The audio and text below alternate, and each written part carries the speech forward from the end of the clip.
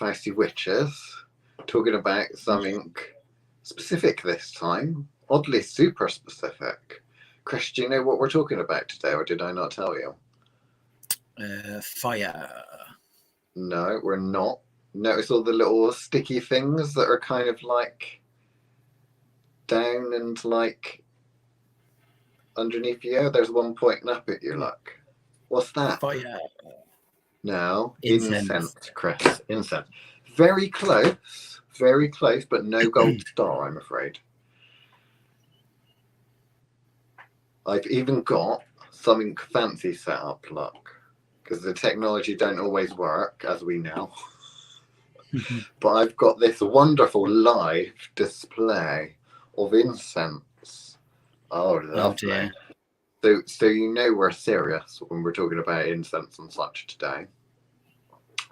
So whilst we wait for like a couple of people, do you want to tell us, are you a user of incense? I said incense, not people. Right? I was going to say, user makes it sound like I've got a problem. Do you use incense? I know. Are you one for the bath salts also? I have made bath salts, but not for myself. Do you go to those special shops that you have to be over the age of 18 and buy the room aroma bottles? No? No. Is that not your idea of incense? No. Is it not incense because you've got to light it? You haven't got to light it. No, you're not supposed to light it, are you? No, don't light it, kids. Honestly. So yes, I do use incense. Mostly of my own concoctions, or that place we like in. Well, like is a strong word. That passable place in in that favourite place we like to go you mean to. That one? Yeah.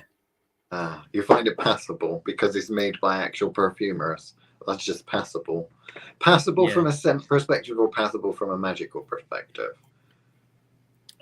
Passable from a scent, useful for magical. Right, okay.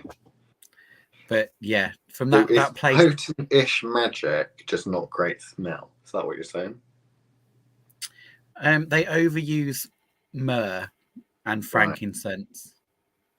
Because I found that they've come up with a great base scent that they use in absolutely everything and add a little bit onto every different type of scent that they make. And one is very frankincense heavy, I would say, is probably the best way to put it, like you've said.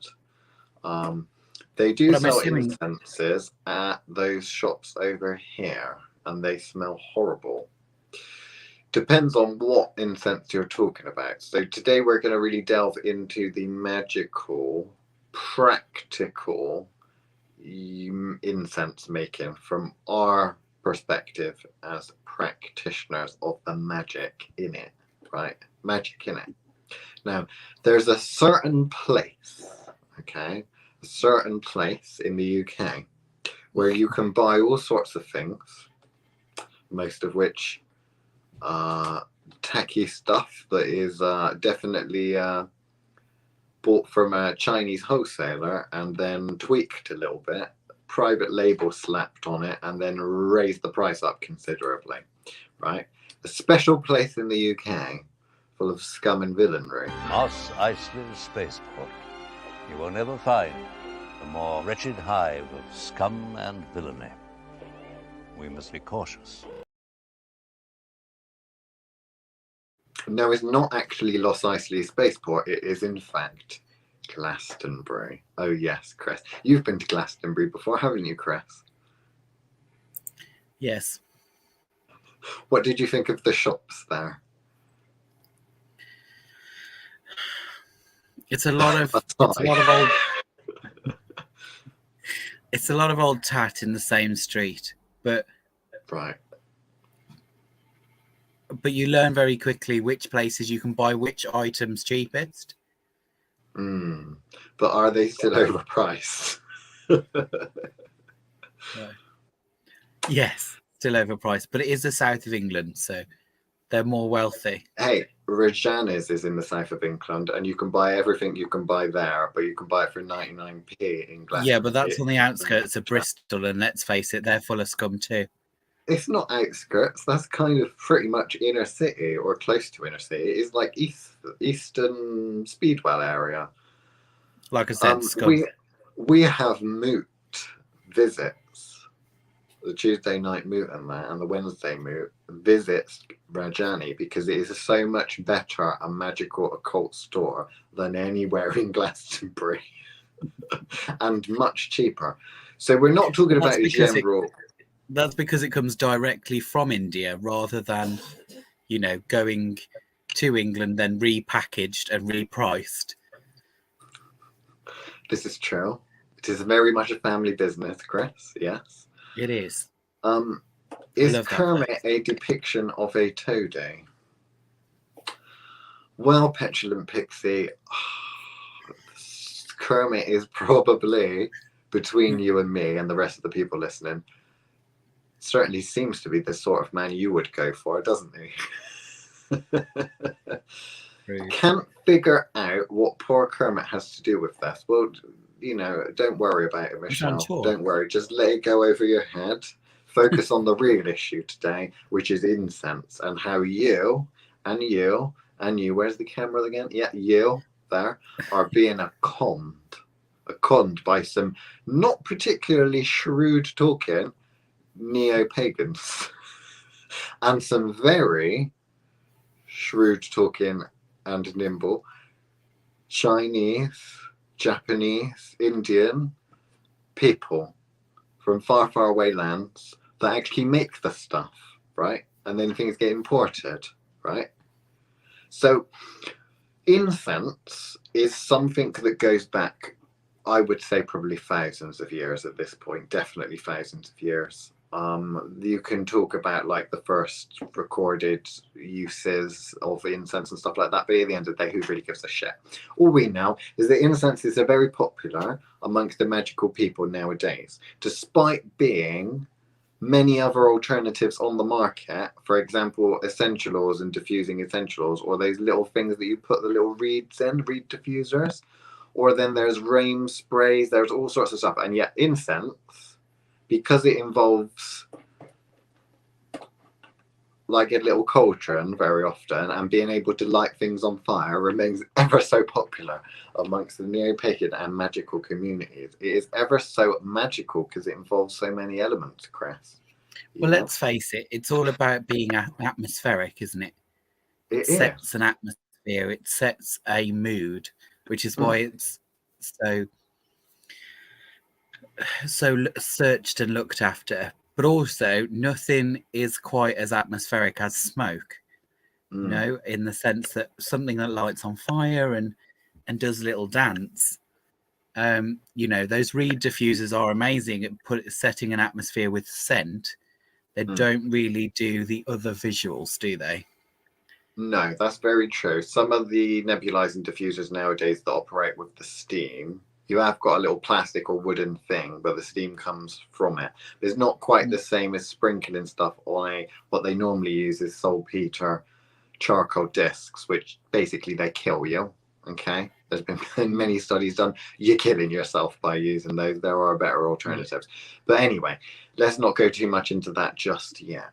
Okay. Now, Chris, there's something miraculously amazing that's going to happen in this episode. No, It's not going to be me setting something on fire. It's going to be something even less common, right? Any ideas what it might be? You're thinking, what the fuck is he? He hasn't cleared this with me. Where is he going with this? Oh shit! Oh Where shit! We scripted this one. Chris, I'm going to recommend a book. Oh my god! Yes. So I rarely recommend books to occult magical practitioners and stuff, but there is one book that I bought a long time ago. It was on Kindle. I didn't buy the paperback. I did pay for it. I didn't download it legally, which is something for me. Which I'm going to put up here because I personally learned quite a lot from it. I even wrote it down to put up on a little graphic. Look. A little graphic. Ooh. Incense crafting and use of magical. I know they spell it with a K, Chris, but I mean, come on. By It's Carl already set me off.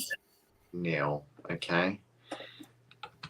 Now I don't know, but Chris, it may be that this may be published by Llewellyn, and I'm not entirely sure whether it is. So I'm going to quickly have a little look. It looks that way. Because I might have to eat my hat. I might have to take this hat off and actually eat it. Where does it tell me?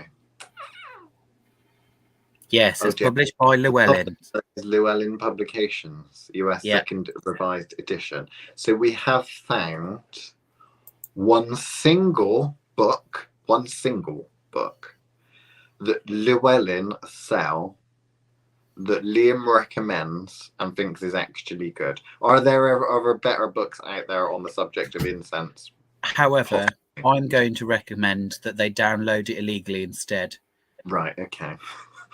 Don't do that, kids. That's naughty. But after many years of searching and many years of people saying, what about this book? What about that book by Llewellyn? I have found one single book.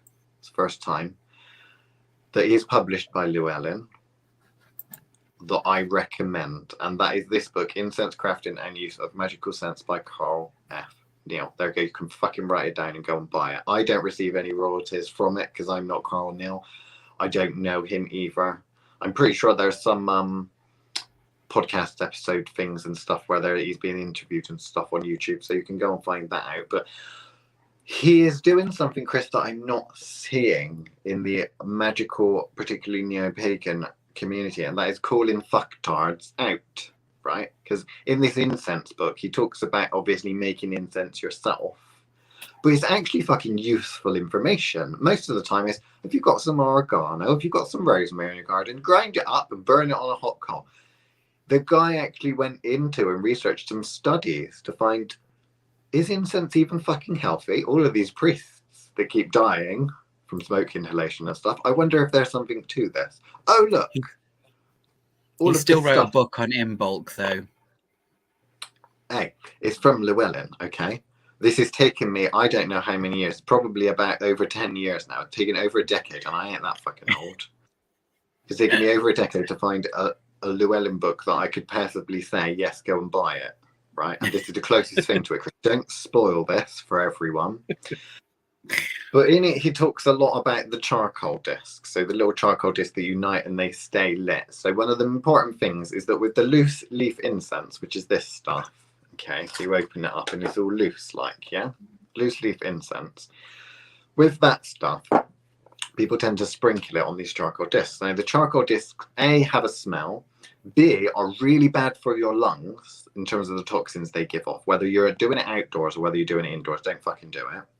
And B, they burn too hot. Okay, so incense is supposed to be, with the traditional ways of burning incense, it would be, you know, you would actually put some thought into how hot the incense you're making is going to get and how you burn it, whether you burn it in the form of a trail or what. Nowadays, people use all sorts of things. This is probably my favorite way of doing it now. Before I made this thing out of an old egg warmer, that you just pop it in the top, okay? Don't worry, kids, I will be burning some incense.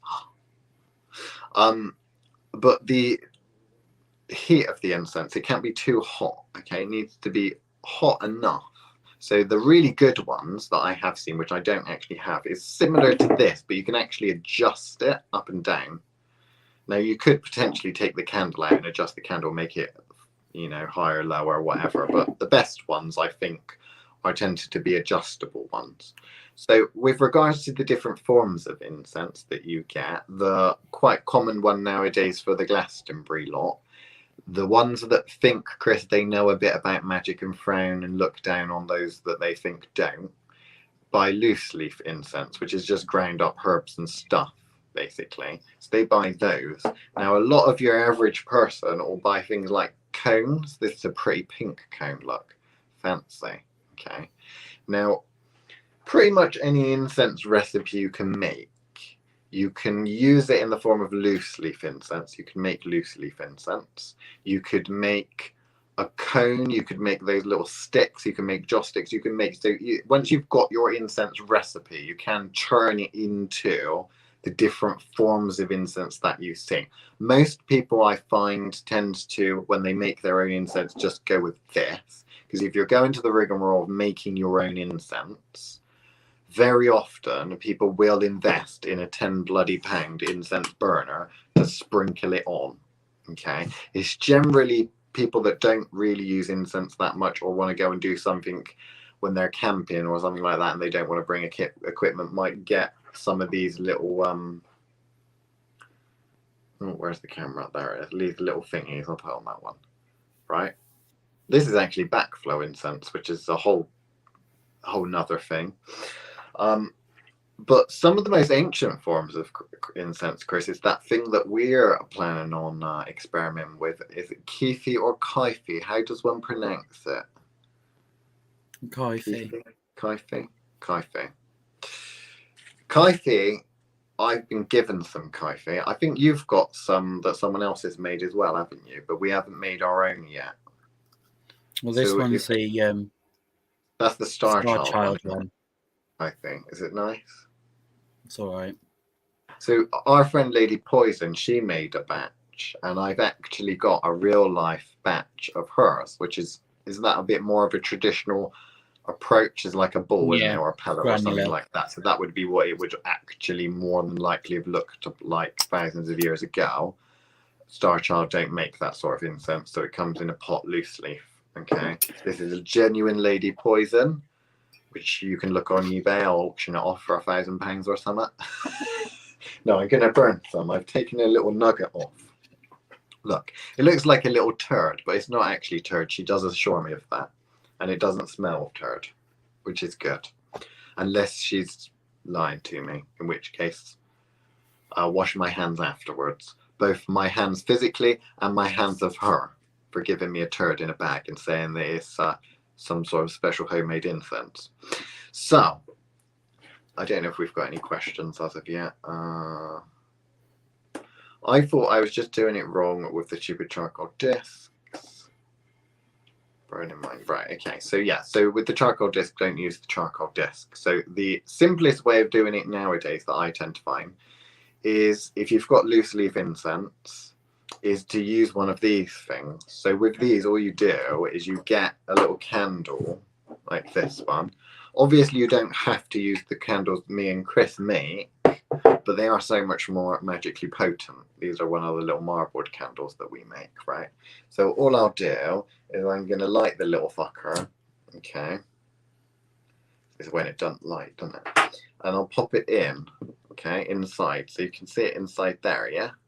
And then all I do, if I push it back, you put this, which is basically like a tea strainer, right? And you put that on top of it. Isn't that good? Yeah? And then the heat rises up through it, gets very hot, and I can take me little poo nugget and I can pop it in the middle, and there's a magical smoke that comes, and obviously bits and pieces may drop through and such. I have a little wire brush and some tongs that I scrape it with afterwards, right, when it's all cooled down and such. But that's kind of what I'm seeing is adopted now. Now, there's still smoke that emanates from it, so it's not exactly healthy. So you do want to use it in a well-ventilated area, but unfortunately the neighbours' kids keep moaning. So if I get intoxicated, I'm sure no one's really going to be able to tell the difference. I can't open the window. So with this, with the approach that you're taking, I want to take you through the process of making incense. And Chris, I've got a little bit of this left. Can you remember making this sound incense? Mm-hmm.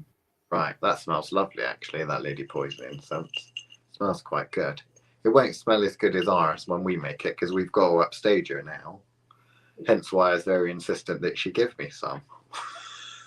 But yeah, the soured incense, can you remember how we made it? Because I've got a list of the ingredients, but we did the old traditional Chris homework, didn't we? Which is go on a walk. Collect shit. Collect shit, yes. So the idea was to make some Samhain incense for, I think it was the Dumb Supper, and for some kit boxes and stuff like that we were making to give to people. So what did we actually do? We started with the idea of what the incense was for, first and foremost, which was Samhain October, All Hallows Eve, whatever you want to call it. I call it October because it takes up the whole month for me. Then what did we do, Chris? Did we get a book and look at what we should put in it? No. Obviously, we went for things that said October and that were living around that time. So what? You mean you didn't look it up in a book? Chris, no. I recommended a book which you can look some ingredients up with, but even the guy in the book says you should actually go and experiment and find your own ingredients and not look at correspondences. One of the reasons why I'm actually saying it's a good book from Llewellyn for once, given that they are the publishing company of, I was going to say correspondences, the same set of fucking correspondences over and over and over again. Anyway, don't get me started there. We went for a walk, I remember. Went for a walk. So normally, when we're preparing for festivities, I would normally go on a walk and collect things for table garlands for the Dumb Supper. So essentially, it was because things had changed and we weren't doing it in the same way. We still went for the walk. The difference was you came with me. Yeah. And we found things that we would put in. Obviously, normally my walk would be the morning of Samhain, whereas this was done a few days before, and because we obviously had to dry and prepare it. And then I think the last of the ingredients in there were they pumpkin seeds from a video we'd done? I don't know if we planned this at the time, but October, I believe, is the 10th month, right? It has 10 ingredients. Did we plan it to have 10 ingredients? I'm not entirely sure, but it ended up having 10 ingredients. Okay, so some of them were gathered on a walk, and some of them we were added in. So from my recollection, what we did was we went on the walk first and gathered things that we saw in the area that we were in at the time that had that kind of energy about the time and the place, and that energy of place, energy of spirit of place, that kind of thing. So we got some slightly interesting ones, one of which was what we called dead hedgerow, because as October, the veil thin in death often associated, we do necromantic work. We don't tend to do a lot of that personally, but with clients is a big thing at that time of year. So something dead had to go in it, right? And we saw this weird dead hedgerow, which actually ended up to be, I think it was blackberries, wasn't it? They were stunted blackberries, weren't they? Yeah. So we'd had a particularly sunny October. So we collected some of those. Yeah. Yeah. They were completely torched, yeah. Because it is the first sign to a certain extent of summer dying, and it really did look like that was summer is withered and died. So we thought, whether it smells or not, I don't know, but we'll put some in. It was dead hedgerow, which was blackberries. Okay, there were some things in there that we needed to put in there because we had to compensate for other ingredients. So for example, there may or may not, because this is public, have been graveyard dirt in there. Graveyard dirt doesn't really burn, right? So we mixed graveyard dirt, and then we had something else that comes from the ground, which of course is charcoal. Charcoal burns really good, really easy. So to give the incense blend a helping hand, even though it is loose leaf incense, right? We did pour some charcoal in with the graveyard dirt or dirt from Chris's garden, depending on legally what we're allowed to say. One of the common things, of course, that you see in a lot of the Star Child recipes and such, was we did put frankincense in there, didn't we? So there was actual frankincense crushed up that we did put in there. Would you put that in every recipe, or was there actually a reason for putting that in this one? I think frankincense was in there because what do I describe it as? What's my word I use for the You smell call it of crypt. frankincense? The first time Yeah. someone showed you, who was it? It was old Rathbone, wasn't it? Yeah, she let us sample some fancy, really expensive essential oil, frankincense essential oil. And you said, "What's that? It smells like crypt." She said it's frankincense. Ooh, that is a very potent incense. I was going to say, you're brave burning something made by Lady Poison while we're recording. But it's like she's in the room with me, with her magical posse. Okay. Has she got her hat on? Did she have her hat on at the time? I don't know if she had her hat on at the time. No, does she have her hat on right now as she's entering your space? Oh, I don't know. I said she felt like she was in the room. As far as I know, she's not looking over my shoulder. Lady Poison, if I say it 3 times, will she appear? Possibly. I better not then. We better crack on. So there was some other weird things on the list because, of course, we didn't want necessarily 10 ingredients, but I would definitely do that if we did the other months of the year. That would be quite interesting. How would you do January with only 1 ingredient, Liam? I would use 1 ingredient. Simple. I just use 1 ingredient. And I think that for a New Year's resolution, because people make these New Year's resolutions, that might be quite useful, because the first thing you should learn to make is a single ingredient incense, because all that involves is you just get, say, some rosemary, super simple, out of the garden, dry it, crumble it up, smash it up so it's all dusty. Get used to that single scent. I was just thinking like when it's burnt. I was just thinking a tissue that's soaked in tears of the previous year. Yes, okay. That's my old New Year's ritual, isn't it? You're talking about. Stop telling people about my business, Chris. So what if I cry myself to sleep on New Year's Eve? Okay, there's nothing wrong with that. I'm sure plenty of people do it. So with that, I like the idea that you take 1 and you get to know 1 ingredient, and you have to pick an ingredient that sums up your month, your January month, and you sample it. How does it smell like on one of these burners? How does it smell like just setting it on fire? How does it smell like at a slightly lower temperature? That you get used to that 1 specific ingredient. So I like that. But then you have to marry it up for February. You're picking 2 ingredients. So at that point, you would say, I'm going to sample that one on its own and that one on its own, and I'm going to combine it together. Learning incense making is so interesting. The fact that by the time, with all the skills you'd have built up, by the time it came to October, December, which is realistically when a lot of people seem to like making incense for, you'd be quite adept at making incense, I think, if you took it seriously and made a batch or 2 every month and breaking it down.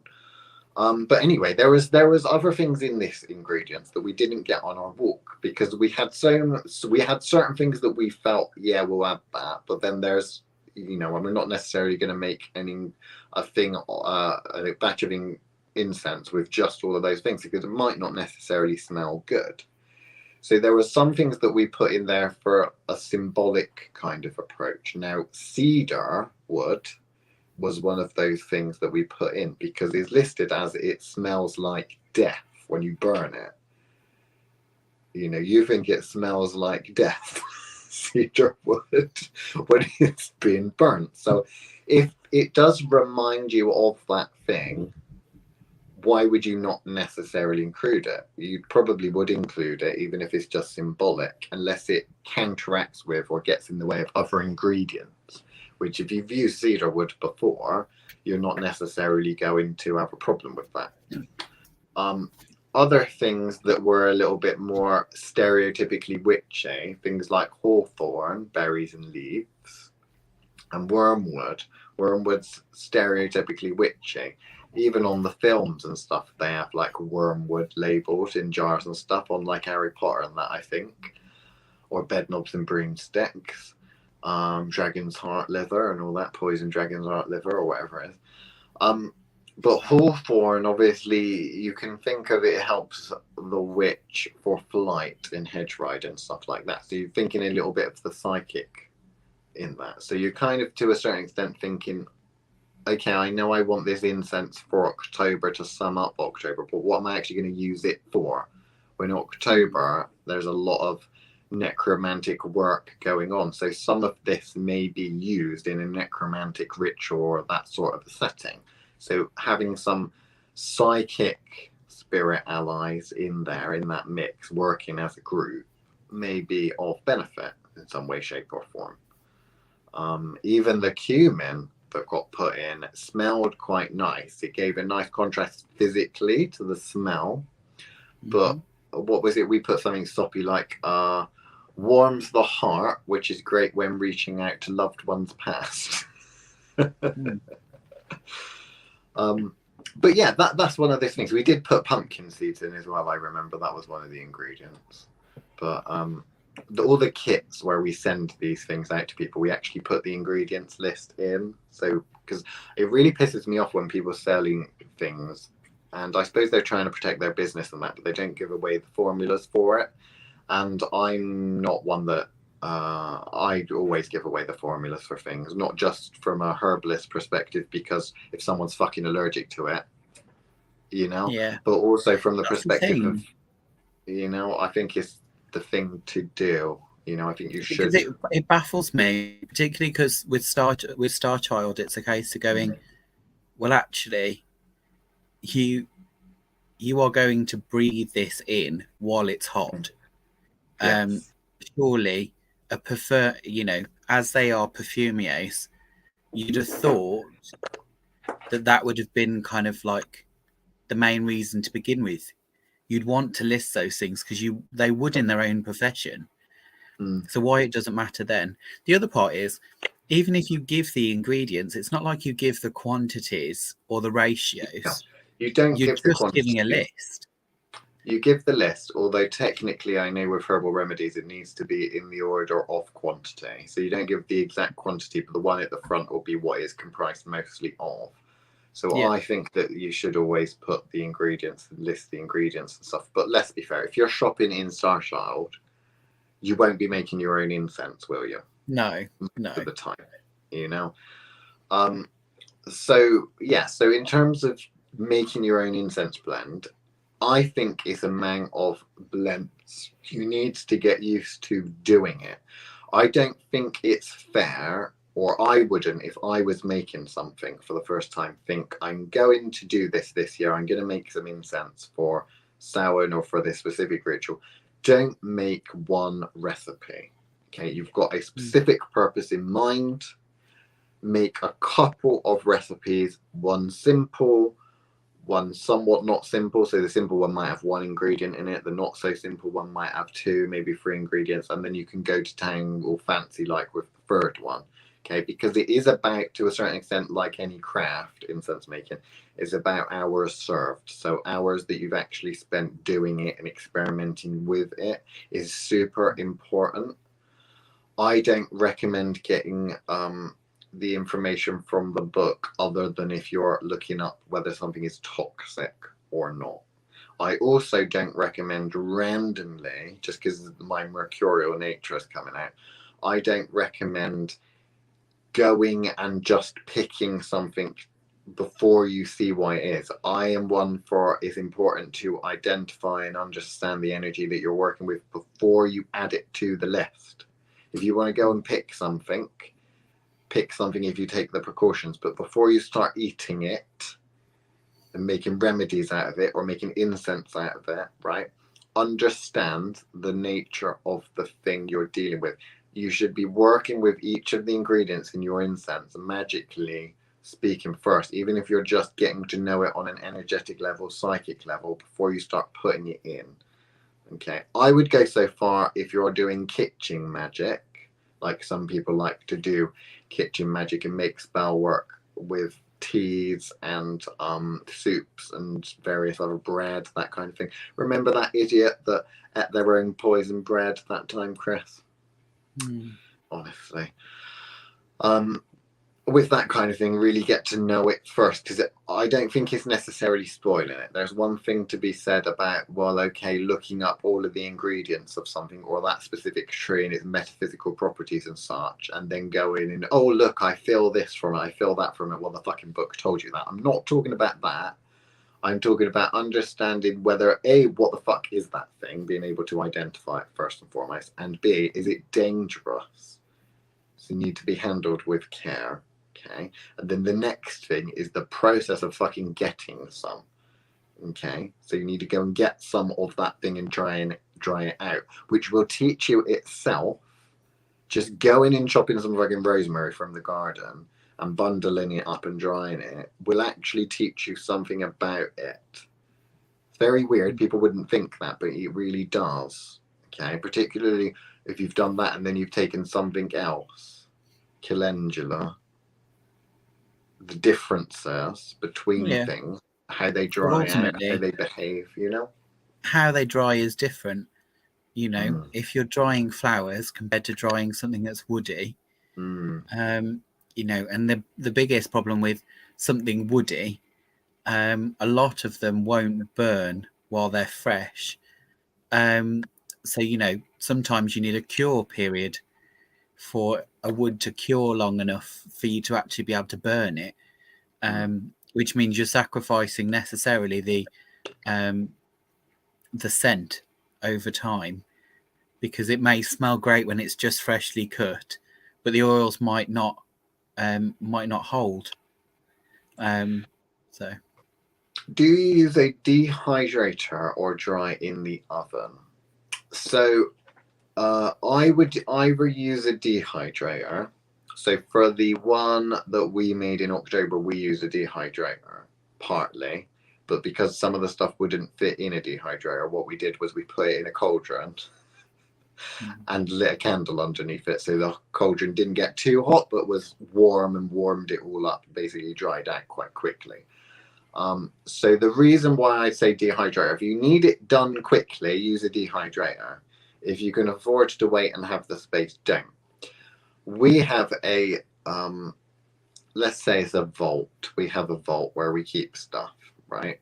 Not on site, not near any of us, you know, not in the attic or the basement or anything creepy like that. We have a vault external place that we, you know, hire out, where we put objects of a curious and dangerous nature, but also in the vault, because it has metal, I've got some magnetic hooks. You sometimes see them in shops. They used to have those white little, they look like plug holes, you know, plugs. And they got magnets on with little hooks. So I got some of those, and I stringed up some string on the ceiling, right? And I hang bundles of stuff that I get in a brown paper bag. Reason why I do it in a brown paper bag is because don't do it in a plastic bag, because that will help maintain the moisture and go moldy and rancid and that. If you don't do it in a paper bag, or with a paper bag surrounding it, I should say, bits will fall off onto your head and onto every fucking thing that's underneath it. If you just bundle it and attach it to your, you know, with a peg or something to your wire, and then put a paper bag over the top of it, which allows the air to get to it, anything that falls down, the paper bag will catch. Super useful. I don't know where I learned that from. I learned that from someone, because I'm pretty sure I didn't invent that. Although it could be me, I don't know. But either way, that's what I personally would do. But it depends on what resources you've got. Dehydrator's great. Oven's also great. Some people, you know, would complain about having the oven left on and all that sort of thing. But you can dry things naturally very often, particularly when it's fucking as hot as this. It's bloody boiling. I tend not to dry things in the oven that are toxic. Yes, it's probably not a good idea to use the oven, but partly because it's not cost effective having your oven switched on for that length of time. The hydrator that I've got really is just a tiny little heating element with a fan, and when you compare that to the oven's going to use up more electricity anyway. Old-fashioned wise, because I'm not very prepared, I would like to string it. So I like to string it and hang it from the ceiling. It looks super creepy as fuck in the vault when you do that, but also it means that it's there, so I don't have to do any incense making for a good month. or any potion making or something for a good month or two till it's dried out, right? So have you got anything else to add to that? I like to dry things in my bedroom, believe it or not, but Right. that's because when I first pick something new, shall we say, because I like to essentially sleep with it. So I'd allow it to enter dream space to allow me to assess it further. So, are we going to list the incenses that you personally make versus the ones that I make and such? Or are we going to leave that to be a mystery and then think, oh, this has got a bit of incubus succubus in it. It must be one from Chris's room.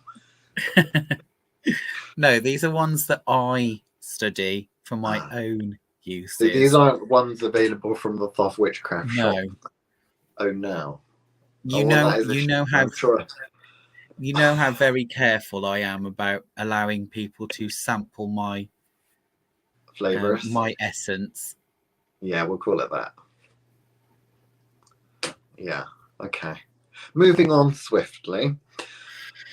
So all you've got to do essentially is take some ingredients that smell good when they're burnt and basically take those things and dry them out, okay, to make a basic incense. You'll be left with a loose leaf incense. This is orange peel. I've never used this for incense making before, but I will give it a go at some point. I don't know whether it's going to smell nice, but I will chop that up. It's dried out, but I will turn that, mash it up into something that's fine and kind of powdery, and then I'll burn a little bit and see if it smells nice or see if it smells shit and what sort of residue and nastiness it might or might not leave behind. So getting to know the ingredients. Now, when you have got a recipe that you like the smell of when it is burnt, because that's the most important thing, it needs to smell nice, but it also needs to be somewhat magically potent for the thing that you're wanting to do. Okay, we'll talk about magical potency at the end. But once you've got your recipe, you can turn that recipe, albeit you may have to add a couple of extra special ingredients to that recipe, but you can take that basic recipe and turn it into a different form of incense. So if you wanted to make a cone, I've got a cone here, right? I went on a Lady Poison incense making workshop with the Dark Virgin and the Dark Pastor. Okay, we made this. I haven't burnt it yet at all. I think it was a lunar incense of some description, so I will try and burn it. Someone else tried to burn it, and I don't know how well it turned out, so I will try and burn it. But with that kind of thing, it's a case of adapting your mix, because that mix at the moment requires coal or heat or a flame or something like that to burn. If you got this and you wanted to burn it, just going like that with the candle is probably going to hurt, or that fire starter is going to hurt your fingers. That you're not going to want to. You may have some young aspirants you dislike. Maybe there's some Thoth Witchcraft people that don't do their homework, Chris. Maybe we get one of them to hold that and one of them to hold this, and we say which one drops it first. Maybe we do that. Maybe that's something we introduce. Maybe not. Don't know. Depends if health and safety will let us get away with that nowadays. It's not like back in the day. But you need to adapt it so that it is combustible, because this is loosely non-combustible incense, right? So adding something to the mix, you need to grind it up into a very fine powder, ideally. The finer the better. Then you need to add something to the mix in order to turn it into a cone or a stick or something like that. Cones and sticks are essentially made essentially the same, is that one thing is that you mold the ingredients into a cone shape and let it dry out. Sticks, you just meld it to a stick. Okay, so you crunch it up and put it on a stick, basically, and then it dries on the stick. Yeah, I don't like stick incense. I don't know if you're a fan of stick incense, Chris. Do you use that much? No, you always get the smell of the wood burning all the way through. I don't mind cones, but I prefer loose leaf because it's just easier to make, to be honest with you. in terms of giving it to clients, so if there was someone that wanted to cleanse an incense, I made it, I probably wouldn't give it to them loose leaf. I'd probably give them, say, 7 cones, and they can burn one every day or something like that, maybe, you know, because it's easy for mundanes. They just need a little fucking dish. It's one of these things, or they say traditional. So I don't know whether this is going to work because I didn't formulate this one. But basically all you would do is you would light the top. Now, the combustible part in this is sawdust, because sawdust burns, right? So on working with that, and you can put these little things on top, this chintzy little thing that came from Regina's, with the sawdust, obviously sawdust catches fire and it burns, much like a lot of the dried plant matter and such, but I don't find that that's as good. I don't find that's that good. So I think Lady Poison put some, was it potassium nitrate or something like that, and it was something somewhat dodgy in there. I like to combine normal charcoal powder and really fine sawdust, and if you mash those together, the sawdust burns and kind of glows. The charcoal stays lit, doesn't it? Because like coals and stuff like that, they stay lit, so they'll stay hot, and as they're heating, the mash, because you're using the sawdust to basically pad it out and be more combustible. Okay, so you want it primarily a combustible thing in there, right? So if you're wanting to create a cone, for example, what you would do is you would take your normal mix, yeah, you would grind that down into a powder. You might add some charcoal smashed up into a powdered charcoal, and then you might add some sawdust to that as well. Now you'll notice that all of that's basically just powder. Okay, so the next thing what you need to add is you need to add something that's actually going to make it all stick together and clump together. Now that you would use some sort of gum. I use some sort of gum. So in the Regina's shop that we talked about, they actually sell this gum. It's like a resin stuff, and it's used in cooking and stuff like that. But you get it, and it comes like frankincense. It looks a lot like frankincense, actually. But what you do is when it gets wet, it goes all kind of gooey and gluey.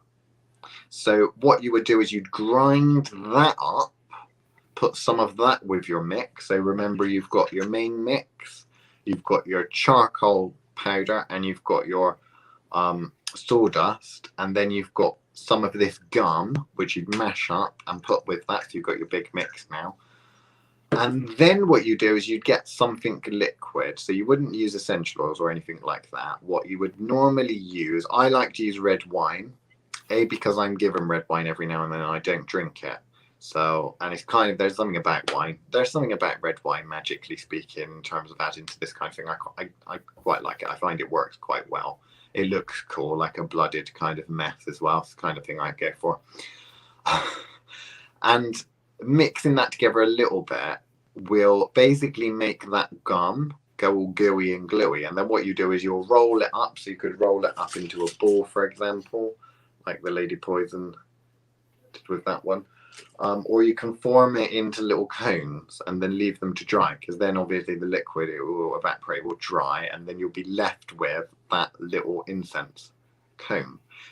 The most important thing is to do things in the right order. Okay, so you need to get the mix you like the smell of, the magical incense first, make it burn a little bit on a flame, anything like that. Make sure that it works and you're happy with it, because you don't want to waste time and money turning that, if it's shit, into a cone or something like that, right? So get the base ingredients, the base main actual incense formula done first. Then all you have to do is just understand how much charcoal, how much sawdust or whatever else you want to use, and how much gum, right? And there's ratios and stuff that you can find in that book I recommended, funnily enough. And you know, it is going to vary a little bit, to be honest with you, because it will depend on how much you're realistically, what you're making your main incense out of, your main incense blend out of. If you've got predominantly resins in there, it might be a little bit different than if it's predominantly leaves, right? Did I miss anything out from the incense making start part? Because I just kind of breezed through that. No, not really. Right. All the points were there. Okay, that's fine. So ultimately, they'd have to do their research. Yeah, which you can find so much information on it. I might do a little intro video to incense making where I show you how I've made some incense, because I've got to make some more batches of things. What I wanted to dedicate the last kind of 10 minutes to, Chris, is the magical incense, because incense, some people care only about the smell, so it's just something that smells nice. Other people just care about the magical qualities of it. I think the best thing to do is to try and combine it together. So you try and make something that smells, or really, I'd say it doesn't need to be nice. If you're dealing with something that's not particularly nice, if you've got a hexen or something like that, then I wouldn't necessarily want that incense to be nice. Ooh, Bless reaction you. to it. I wouldn't necessarily want that to be nice. I wouldn't want it to be so grotesque that I dislike the environment that I'm working in, but I want it to feel strong and overpowering, you know, because that makes me feel like, well, that reminds me of what a hex should feel like. It should be raw, strong, and overpowering. If it's something a little bit more, you know, tranquil, I might want something a little subtler. So I'd say the art of incense making is in marrying up the magically potent with what smells nice and making sure that that recipe gels together nicely, right? And this is why I think it's so important to steal other people's incense recipes and experiment with them, which it takes a long time. Like, I've taken things like this, much like I have with other people's teas, and I've taken a spoonful out and I've put it down, and I've taken every little bit out and put it with its own kind and counted quantities of what and tried to identify what's in it, because I'm a nerd like that, right? Not saying you should go away and do that, but, you know, if you've got too much time on your hands, then go away and do that. But how do you assess, if you've got some ingredients, whether they are magically potent or useful to that incense blend? Because you already know what the incense you're making is. So say you want to do one for, I don't know, there's a not particularly nice Fausty atmosphere in a place, and you're going to make some incense to light in that place, so it permeates around the building. Big open plan office full of cunts, let's say. How would you select the magical components to that? Well, the main thing people would normally go for, which is why most of these protection incense smell god awful, is because what they go for is something that creates a very thick fog, or smoke, because the idea is you're pushing everything else out. Me personally, I wouldn't go that way. When it comes to clearing a space, I would normally want it to be, well, it depends on the space. If it's my space, then I'm wanting it to smell of me. So I'm wanting my presence to be the most voluminous in order to have control over that space. So rather than it being filling it in order to push everything negative out, which is how a lot of these protection spells, protection incense are made, I would probably want to push out the smells I don't like. Okay. So for me, I would want something that I liked the smell of. The main reason being in order to actually fill that space in a space that is tolerable for me, in a very selfish and egotistical way. So are you saying that for you, the aromatic and the scent actually holds a key of some way, shape, or form to its magical properties? Or is often that, yeah? Because so is that universal, or is that you specifically? I don't think personally you can separate the concept, because that's the thing. when you're making something like this, its usage should lean in the same direction as what's being made. So, for example, you're not going to use, I don't know, an aura cleanser spray in a space that is not yours to spray in. Like, do you know what I mean? Like, that is very much claiming that you are responsible for that space. So, for me, the craft that you've chosen should be appropriate for the thing that you're doing. So, to me, you can't separate the idea and craft of incense making from perfume making. Like, the two are intricately interwoven, and therefore you can't say an incense shouldn't smell in the right way it needs to smell. So, like, if you're needing something that smells god awful, then of course that is a part of the process. So what it smells like should be invoking of a particular emotion, reaction, whatever it is that you're trying to bring into that space or get out of it, either or, is going to be led by the overall scent.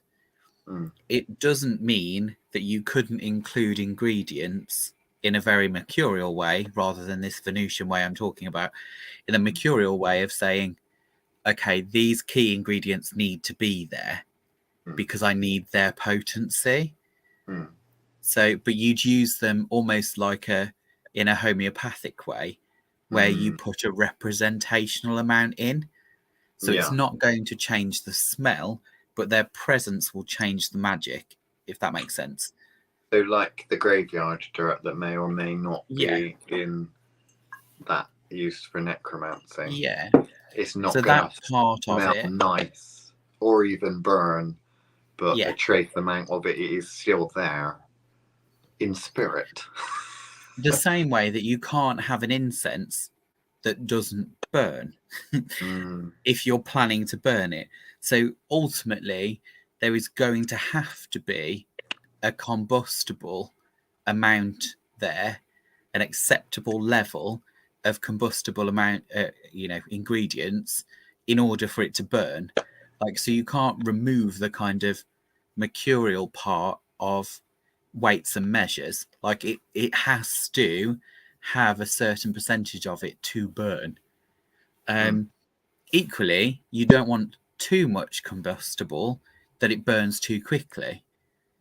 So, because if you light that and then suddenly it just goes up in flame, that's not necessarily going to provide the atmosphere or be useful, because it's going to be burnt up in a few moments.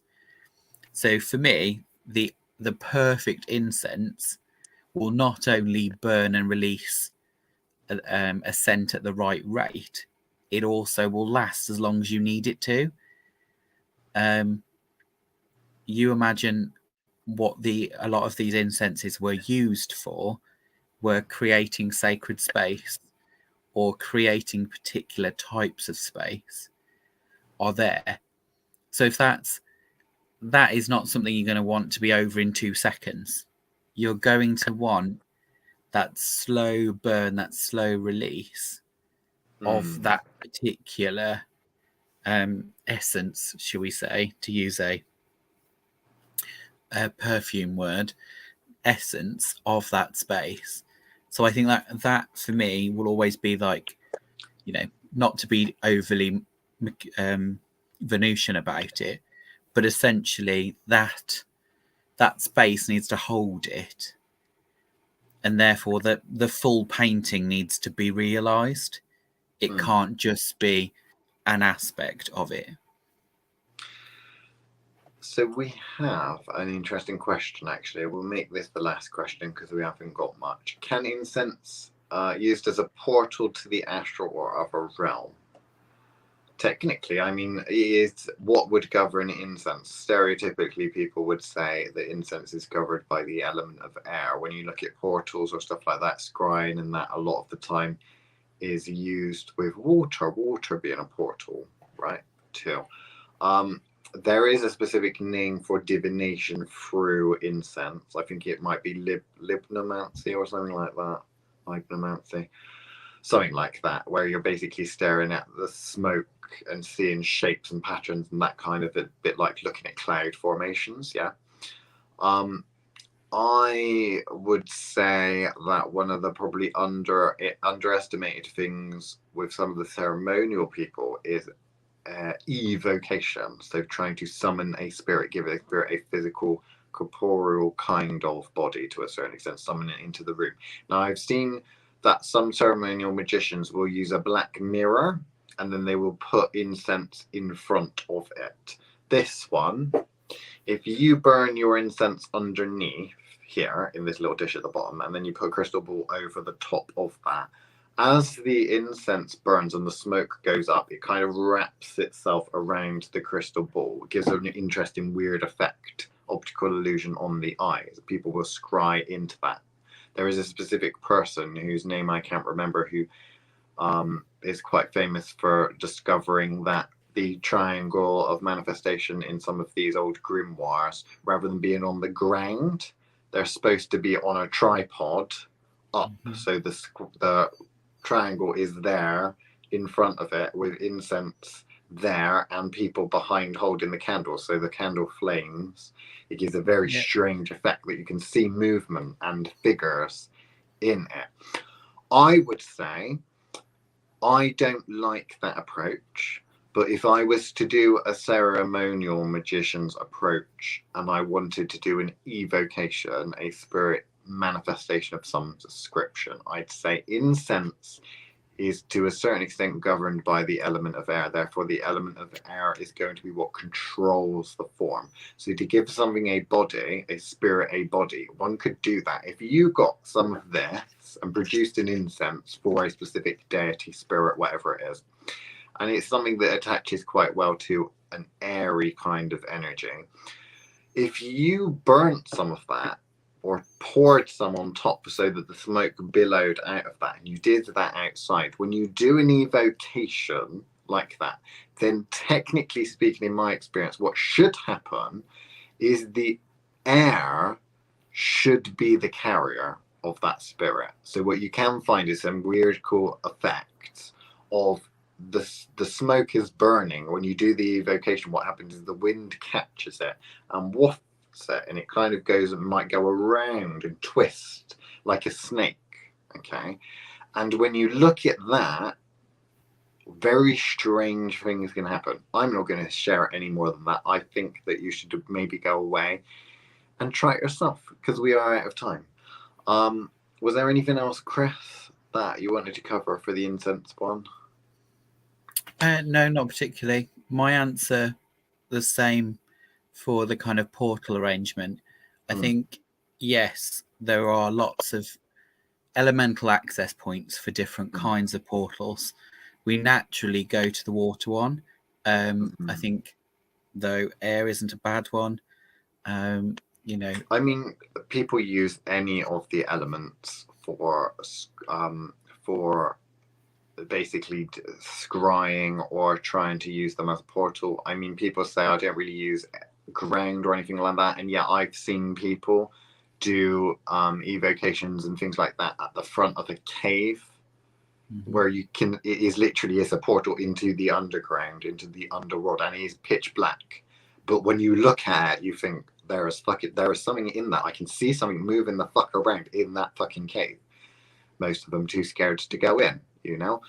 But things like that, you can use them. Just think of the way in which that portal works. So with a bowl of water, there is separation. That's like looking through glass, isn't it, to a certain extent? With air, and if you wanted to drop like the old pennies in a well, drop something into that realm, it makes a splash. It makes an obvious kind of through.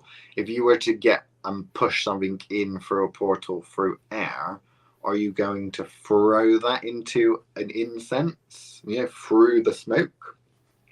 There's some rituals and stuff that people do where they have like hot coals or fires and stuff like that. And you have to jump over the fire, you have to jump over the heat, you have to jump through the smoke. Okay, it's kind of like an initiation type thing. Okay, that is to a certain extent not too dissimilar. But yeah, it's worth food for thought, I'd say. Food for thought. But anyway, I think that's it. So that is it for this edition of the Fausty Witches. I think we were quite well behaved today, Chris. I can't do this too often. We'll have to take the piss out of someone or something next week. Anyway, that's it for another week. Goodbye.